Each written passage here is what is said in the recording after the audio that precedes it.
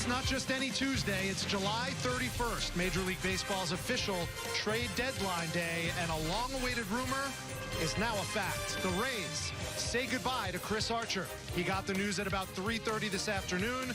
He is headed to Pittsburgh, and the Rays get a pair of top Pirates in return.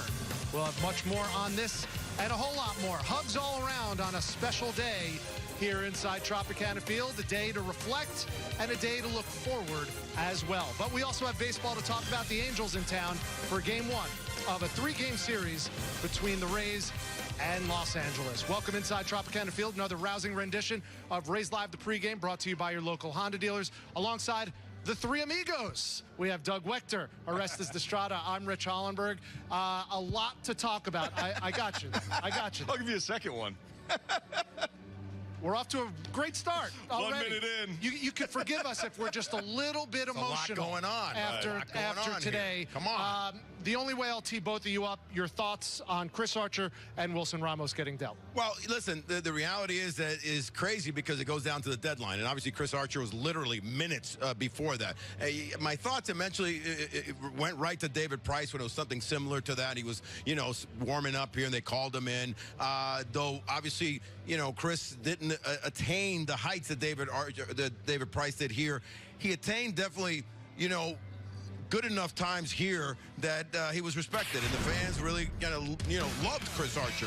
And I think he loved being a Ray. Right. And he learned a lot from both his manager back in the day in Madden and the new staff now with Cash. So yeah.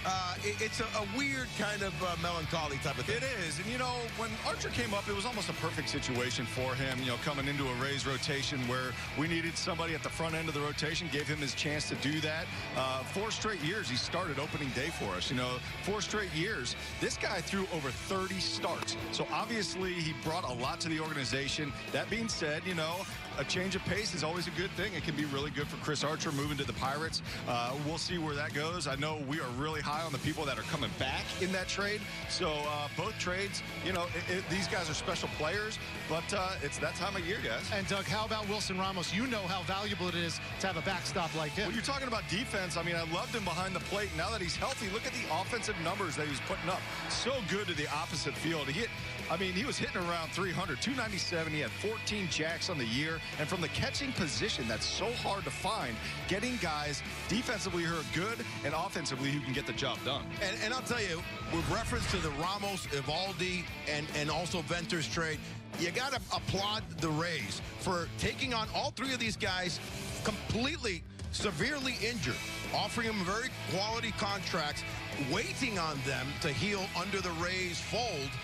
And then they helped the Rays. They participated this year and helped all three of them really help this team get to where it is. Also help a lot of the younger players when you think about Evaldi and Venters and Ramos and what they did. And then subsequently, they trade them for younger prospects now to better the Rays.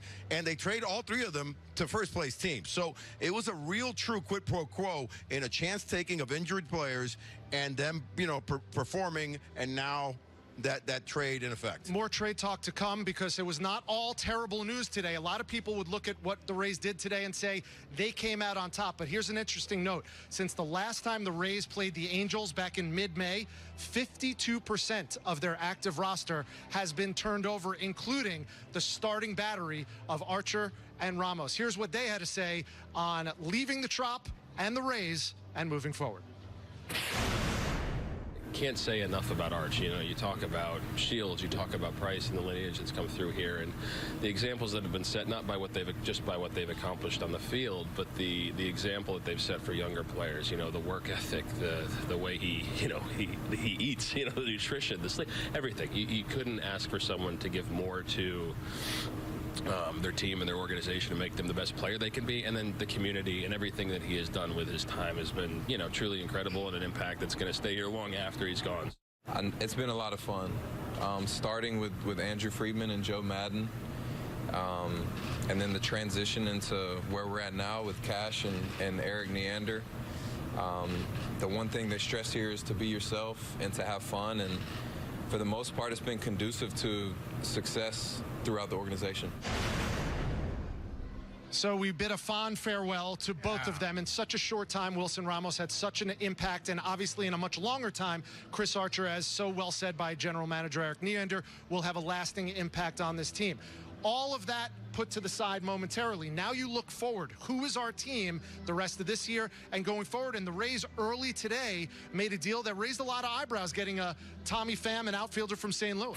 Yeah, it was a little surprising, and I'm going to tell you candidly why. Now, Tommy Pham's a solid Major League ball player. There's no doubt about it. He can play all three outfields, extremely proficient defensively, and also has some pop offensively. Not having as good a year as he did last year for the Cardinals is still formidable. The thing that surprised me a little bit is that you look at it and you go, well, he's a 4-year major leaguer going into another year of arbitration. You know, not the normal kind of youngster. But the top on that deal, guys, is that they also get monies for the international pool. And they've been so good at picking guys for that international pool that they needed more money. And, Doug, what about the two players from the Pirates that we got for Archer? Well, think about our potential outfield going into maybe next year and the years to come, and Austin Meadows, Tommy Pham, Kevin Kiermaier. That is insane amount of athletic ability now that you have patrolling your outfield. Tyre Glass now, I'm going to tell you, this kid, his ceiling is out of the roof.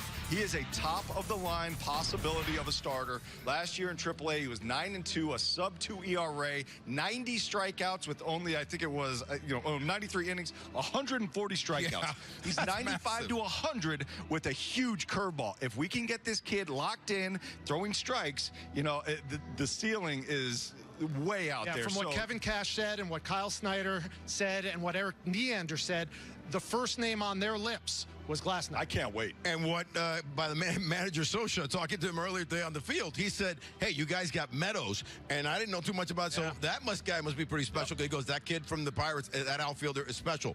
So this coming from one of the greatest managers in the game right now. Of course, as you count down to trade deadline day, every year the Rays are on the top of everybody's list because they are willing to listen to just about any deal that's offered them. But there were other teams that made some impactful deals, and we listed just a handful of them.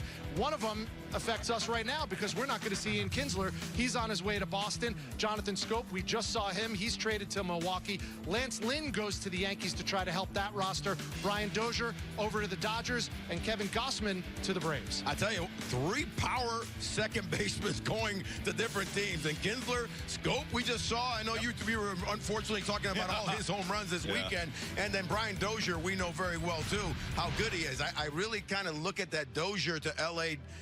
Dodgers deal pretty special. That was quite a pickup for them. That's absolutely the one I was going to highlight. The Dozier deal, out of all those right there, I think is going to help the Dodgers the most out of any one of those teams. Yeah, the Red Sox and the Yankees just going back and forth. You're going to make a trade, so we'll make a trade. We're going to You'll make a trade, then we'll get a trade. We have a lot more to come. We haven't even talked about the best player in baseball who is in this building tonight. Dougie? A big fish coming to the Tampa Bay pond. No, I'm talking about Mike Trout. Once again, putting up ridiculous numbers, and he loves hitting here as well. We'll hear about what the Rays have to say about him when we return.